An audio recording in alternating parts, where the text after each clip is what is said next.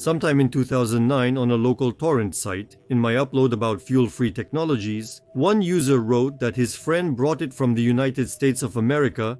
He went on an exchange and brought materials about the correct Meyer cell. There, researchers figured out what was wrong with the circuits posted on the internet and promised everyone to record these materials onto discs. I used to try making the cell in different variations, but I never managed to get any serious energy output. So it turns out that everywhere on the internet, the manufacturing circuits are fakes. I tried calling the guy who left his number to meet up, but he's not answering. I also messaged Vaska, but no response.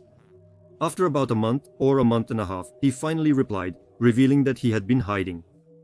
The thing is, after that announcement, his friend disappeared from the apartment, taking all the materials and the device itself that was working. I got the impression that this wasn't a lie. The guy was genuinely scared and asked me not to write to him anymore. Maybe his friend was invited by the special services to some closed city. Or maybe, under the pretense of an invitation, he was taken away and buried together with the device. The technologies have long been invented. Here's another topic about extracting energy from magnets. I've debated with so many inventors and tried to explain that there is no vacuum energy in a magnet itself, and there simply can't be. They all tell me the same thing. If we spin them in a clever way, they'll give us perpetual energy. But why would that be the case? A magnet is literally like a drawn bowstring or a wound-up spring. It's just a universal analogy, but done with a magnetic field. A piece of magnetic material is charged with a magnetic impulse. The amount of energy you put in is exactly how much the magnet contains. You charge it, and the magnetic field is stretched by the magnetic field, just like a bowstring. You can push or pull with it, but there's no extra energy in that tension beyond what you put in when you charged it. It's elementary, but with it you can make an energy source, of course, but only by using it as an analogy to a spring. Hit the magnet against iron, and the charge will disappear, the spring will slip off, and the energy of the entire universe won't suddenly pour through it into our world. Although I have to admit that Shkonden's wheel on magnets definitely looks like an invention with over-unity, but he claims that he simply created a powerful, super-efficient motor wheel. Why would he want to attract unhealthy interest from global control? It's quite possible that with the help of a properly constructed magnetic field and processes, he was able to catch and use some kind of external flow. There are no contradictions here at all. I'll go through the collection I've set aside to someday make a video like this. And this day has finally come. 1 liter of gasoline for 4 kopecks, the year 2012. Scientists assembled a device that can turn almost anything into a gasoline analog. Plastic, bags, paper, wood, food waste. This device processes all of that and provides heat to an apartment building. And the garbage truck will come once a month for construction waste, metal, and other non-combustible materials. You might say it's a trivial invention, but we have entire mountains of waste around our cities that are untouchable. The master of the world carefully ensures that people pollute nature, since this legally justifies his plans to reduce humanity to 500 million. You think it's a joke? Then think again, and then think once more. Since the middle of the 20th century, no one has been allowed to recycle waste, even though all the technologies were invented long ago. I remember how the Japanese and the Germans fought in the 90s for the right to recycle waste in Russia. But the global predictor didn't give them such permission, and still doesn't to this day. The Japanese made a car that runs on water, plus a motorcycle without fuel, and were planning to start mass production. There was a whole story about it, but then nothing happened. Anyaku demanded for a year and a half to stop these plans, and in 2010, he threatened them with a tsunami. In the end, we all know what happened.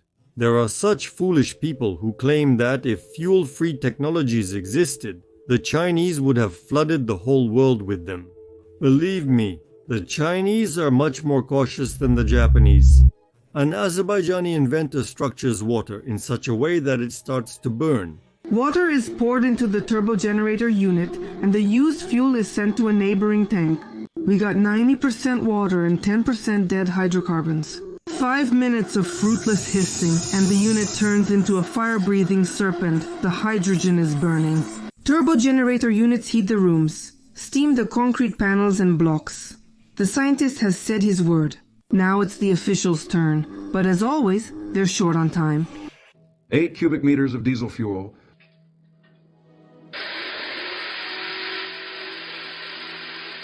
Yeah, they've tried structuring it with everything, seawater, diesel fuel, and then the water even burns. And there are tons of such methods. The Earth produces hydrogen on a massive scale. It accumulates in the ground, seeps out from everywhere. It materializes right in the atmosphere, and then forms water. It's the same hydrogen that later falls as rain. As Vladimir Polivanov claims, all of the Earth's energy can be switched to hydrogen in a short time. There are technologies for extracting it from the Earth's layers, and there are safe storage methods. We just need to start doing it, since it comes out about the same at any point on the planet. Internal combustion engines don't even need to be modified to run on hydrogen.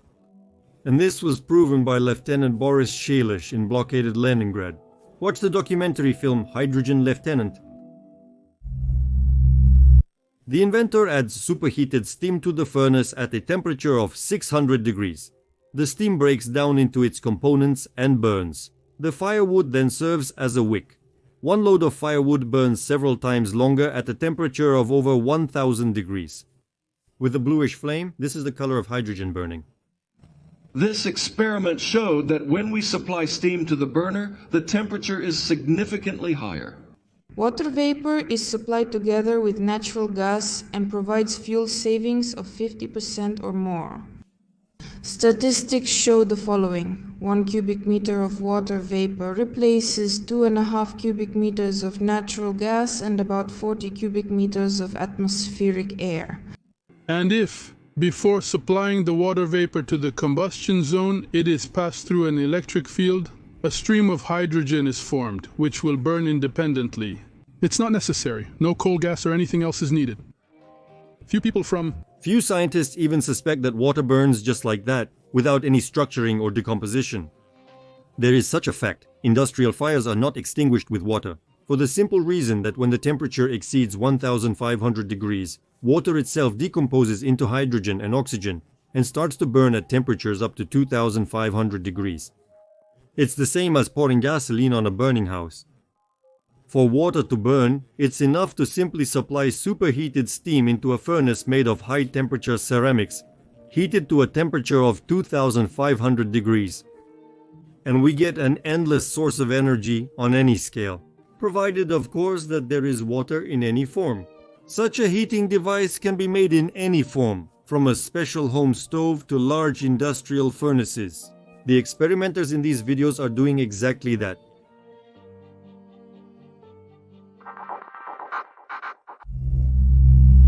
Motor with Slavyanka winding, a Russian development. It weighs 29 kilograms, making it easy to lift it, inventor Korkov. By rewinding a regular three-phase electric motor, it is possible to make the use of an electric car cost-effective even with a regular car battery. Under the pretext of lacking technologies for endlessly rechargeable batteries, manufacturers do not make electric cars except in isolated cases. But now we already know that at the end of the 19th century, electric cars were more widespread than all the others. And in more than 100 years, they haven't been able to come up with energy batteries better than those from a century ago. Yes, it's utter nonsense, but we don't ask unnecessary questions, and that's why they simply put us in these conditions as if they own us.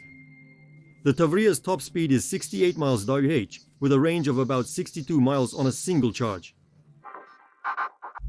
And here's another hot topic for you. I purchased a digital video camera a long time ago, nearly a century ago now. It had a standard battery like this, which lasted for about an hour of use. The capacity is 800 Meyer, that's 0.8 Ah. After a few years, the battery lost capacity. I bought a new battery with a capacity of Ah at the store. 54 divided by 0.8 equals 67.5. It would seem that it should work for 7 hours. Now back then I used to shoot weddings. I shoot weddings. I shot weddings all day long. The battery didn't run out, so I thought, okay, and I kept shooting material with it. A day goes by, 2, 3, 4, and finally it ran out. After 7 days of work spanning several years, the battery outlived the camera. I thought about where to use it. and I attached it to this screwdriver, and for many years I've been using it. There were times when I was assembling furniture and used it as a second screwdriver. So you won't believe it, I charge it once a year. It's not because it's completely dead, but I just think, well, I should probably charge it at some point. That's what I think about it. The battery was from an obscure company, despite having the Lemar brand label on it, suggesting that the technology was not followed. That's when batteries are supposed to expire after a certain period, just like all other electronics, right? Take, for example, the batteries in a screwdriver. They last exactly 6 months, then one of the batteries fails, and you have to replace the whole pack. Imagine, if you use these knockoff Lemma batteries, electric cars will run several times longer than what scientists claim, even though they know how long batteries are supposed to last. This is about the issue of holding back technology. Even at such a basic level, without inventing infinite energy sources or super AA batteries with tens of kilowatt hours. Energy through a single wire. Many independent researchers have confirmed this.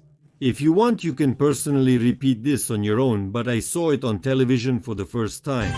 Russian scientists have made a real revolution in physics. They have created a single-wire transmission system in General Electric power.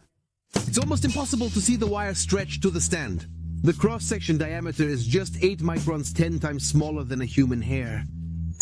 We transmit 25 kilowatts of electricity. The electricity transmitted through this wire would be just enough to power 2 or 3 cottages or a medium-sized store. Ohm's laws, which everyone knows from school physics, don't work here. Their system has been refined and is fully ready for implementation.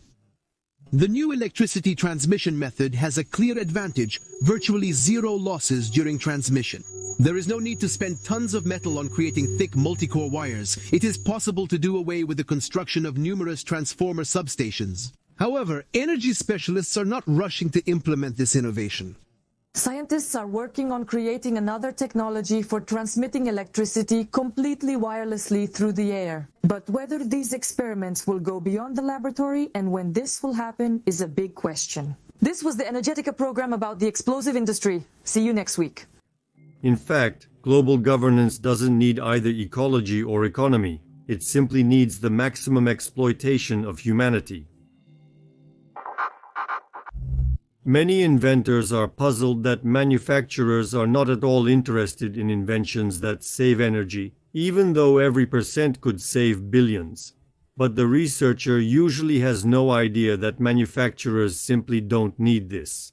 No one sets the goal of saving. On the contrary, both manufacturers and global governance want to sell you things as expensively, as much, and as often as possible. It's the same because the main principle of democratic development is profit first, and everything else comes after. Under Stalinism, the main principle was that people came first and everything else came after. So why are new technologies being implemented then? Yes, it's just impossible to fool people forever, and it's necessary to show that some new technologies are still being invented. Here's some information for you to think about. The storage of information was invented a long time ago. It's 12 orders of magnitude larger in volume, but they still sell flash drives, slowly increasing their capacity, and release slightly larger ones for sale, only when the demand for the previous ones drops. In recent years, there have been quite a few reports of scientists inventing newer and newer methods of storing information. For instance, you can digitally record an entire human life chronicle on just 1 cubic centimeter of a crystal. Well, or how do you like this option? Scientists have discovered a hard drive that can last billions of years. Specialists at Harvard Medical School managed to record information onto a biological DNA carrier. The potential for its use as a memory card is obvious. No special storage conditions needed. At the same time, just 1 gram of the substance can hold the amount of data produced by all of humanity in a year. And it's exactly the same situation with all technologies. A refrigerator in your kitchen is next to a wall behind which it's freezing for half the year. That's a basic example of economics. If you immediately install a stationary radiator outside, each resident will be able to connect their refrigerator and save at least 50% of electricity. It's elementary, everyone has refrigerators. By the way, right after World War II, during the period when technology containment structures in Russia were not in effect. At the Moscow gas appliance plant in 1962, refrigerators were produced that did not consume electricity. I personally figured out why incandescent bulbs would burn out strictly after a certain period of operation. It turned out that it was all about the thickness of the bulb and the temperature at which the lamp was heated. Thus, it is calculated how many oxygen atoms and over what period of time will penetrate into the bulb and, as a result, oxidize the filament. The lamp that has been burning forever at one of the fire stations in the United States of America simply has low power and a thick bulb. In the Union of Soviet Socialist Republics, there were similar mistakes. They used the wrong type of bulb.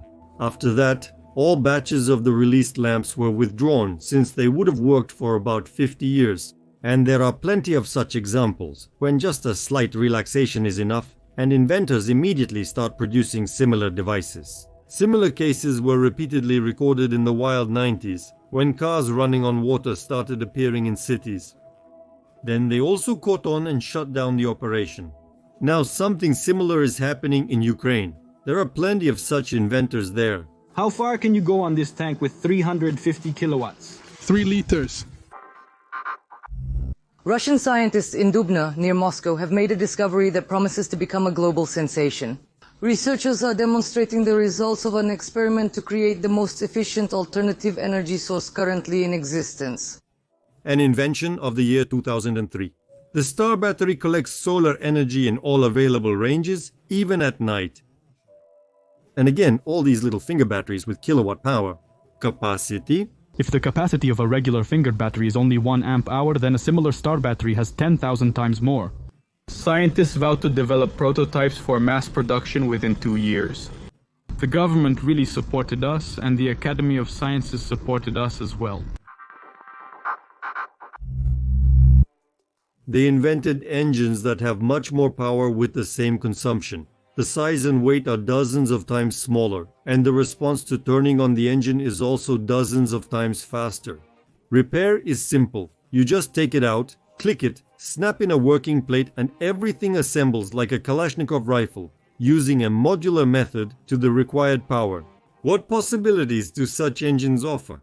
Transformer robots could become a reality, or for example, automatic guns with instant reaction. And all of this, everything that's been shown in science fiction, can already be brought to life right now on an unprecedented scale. Take sand, for example. Just how much of it there is in the world. Where did all the deserts around the world come from, if they didn't exist on numerous maps before 1690? That's another question. Sand is mainly a substance derived from silicon. A lot of materials can be made from it. Brick, glass, semiconductors, electronic components like capacitors and resistors, and others. And it's not just electronic circuits, but also LED lighting, which is also made from semiconductors, solar panels, and so on. By using sand, a substance that exists in great abundance worldwide, you can construct any buildings from bricks without mortar or as a monolith, making parts of the walls transparent where needed, and the structure can be made light and porous. By immediately equipping houses with the necessary utilities and air ducts, the house can initially be supplied with computer circuits, sensors, and much more. What can you come up with by using the properties of silicon? All of this can be implemented on an unimaginable scale if we use advanced technologies that are currently being deliberately studied in a half-hearted way, such as ultrasound for influencing materials, or forbidden effects like the Hutchinson effect. That's when, with minimal energy consumption, you can do such things with matter.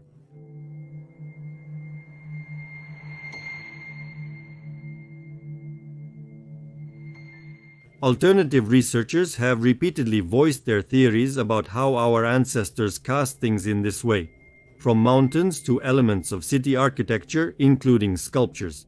Summary. I wanted to say that sand as a building material is used today in a technologically primitive state. Inventor Akula made an eternal flashlight.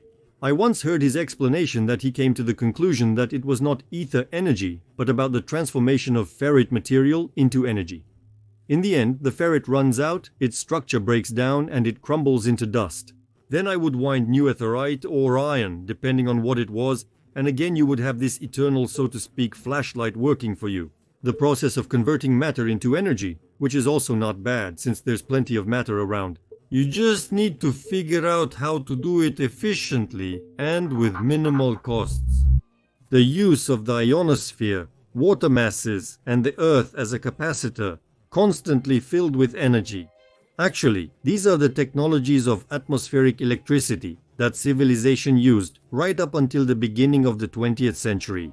I also conducted experiments, trying to collect atmospheric electricity using specially treated wires at a height of 4 to 5 meters. In calm weather, the devices didn't detect even a single millivolt, although when I walked under the collector, changes in potential energy were recorded.